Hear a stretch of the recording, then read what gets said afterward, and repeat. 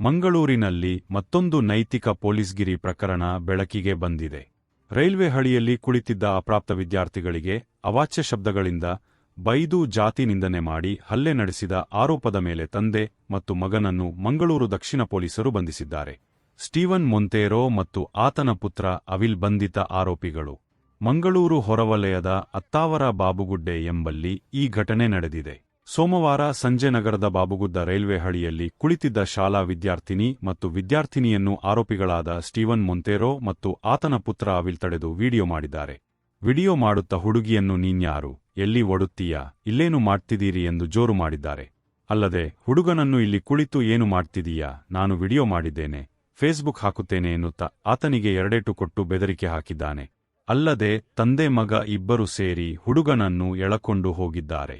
ವಿಡಿಯೋವನ್ನು ಸ್ಟೀವನ್ ತನ್ನ ಫೇಸ್ಬುಕ್ನಲ್ಲಿ ಶೇರ್ ಮಾಡಿ ತನ್ನದು ಸೆಲ್ಫಿ ತೋರಿಸಿದ್ದಾನೆ. ವಿಡಿಯೋ ವೈರಲ್ ಆಗುತ್ತಲೇ ಹುಡುಗನ ತಂದೆ ಪೊಲೀಸ್ ದೂರು ನೀಡಿದ್ದಾರೆ. ಹುಡುಗ ಪರಿಶಿಷ್ಟ ಜಾತಿಗೆ ಸೇರಿದ್ದು, ಮೋರಲ್ ಪೊಲೀಸಿಂಗ್ ಮತ್ತು SC/ST ಕಾಯ್ದೆಯಡಿ ಪ್ರಕರಣ ದಾಖಲಾಗಿದೆ. ಅದರಂತೆ ಪ್ರಕರಣ ದಾಖಲಿಸಿಕೊಂಡಿರುವ ಪಾಂಡೇಶ್ವರ ಪೊಲೀಸರು ಆರೋಪಿಗಳನ್ನು ಬಂಧಿಸಿ ಮುಂದಿನ ಕ್ರಮ ಕೈಗೊಂಡಿದ್ದಾರೆ. ಆ ಪೊಣ್ಣ ನಿಲ್ಲು ಡ್ರೈವರ್ ಪೂತು ಹೋಗಿ ಸೈಕಲ್ ಆಹಾ ವಿಷಯ ಇಲ್ಲಡೆ ಬಲಮೆ